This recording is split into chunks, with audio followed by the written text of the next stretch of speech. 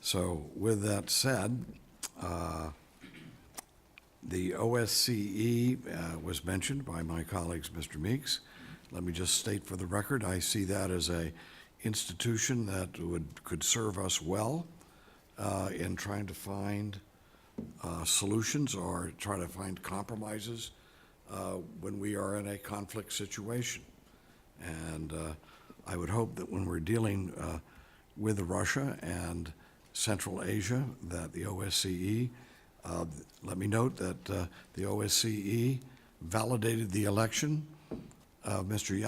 Yanukovych in Ukraine, and it was his overthrow by force that set in motion this horrendous ongoing killing that's happening in that part of the world. Had he been permitted to be unelected, which was 2 years away, I don't believe there would have been any of this.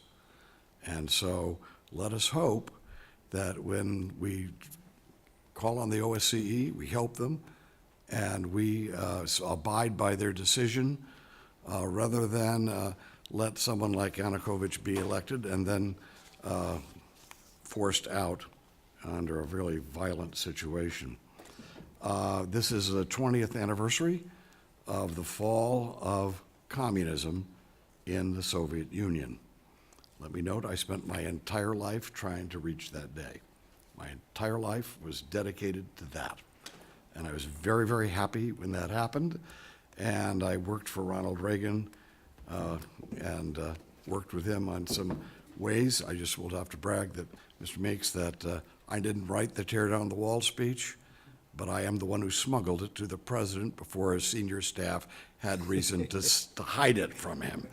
So I really take these things very seriously. And let us also note, and with witnesses, please feel free to comment on this, that during that time period, after the Soviet Union fell apart, meaning it became Russia, the Communist Party disintegrated, and we came in and tried to help a lot. There was you mentioned the program that we had that was aimed at trying to help Russia establish a market economy.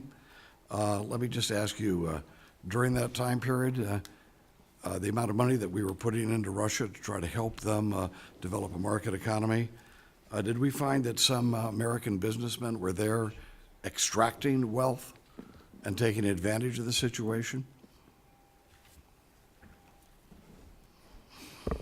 Mr. Chairman, I don't have frankly, the history of the Freedom Support Act to respond to that specific question.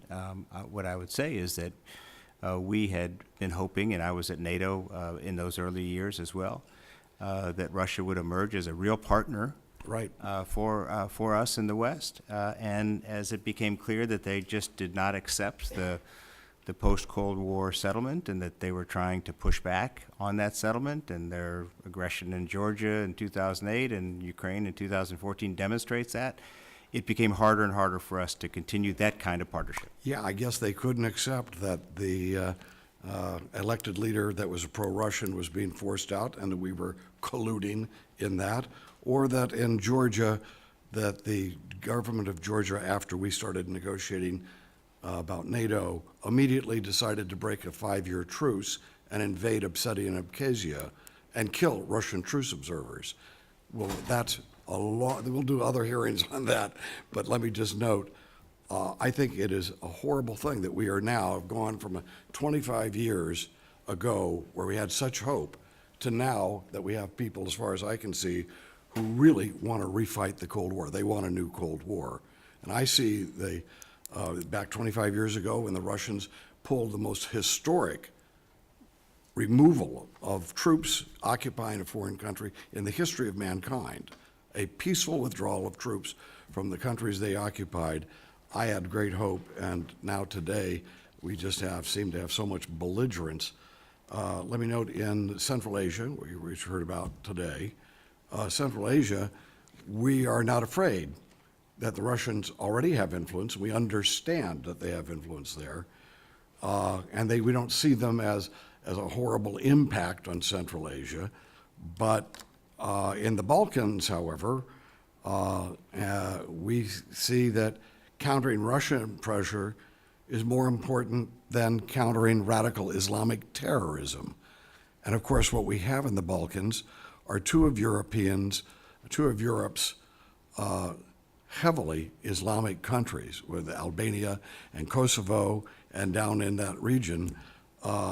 It seems to me that, again, we got priorities. Our priorities of countering Russian pressure, which can be interpreted as Russian influence. Russia has an influence on Central Asia, and it has an influence in the Balkans and elsewhere.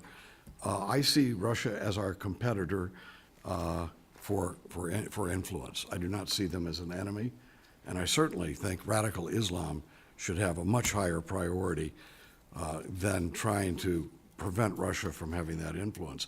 With all of that said,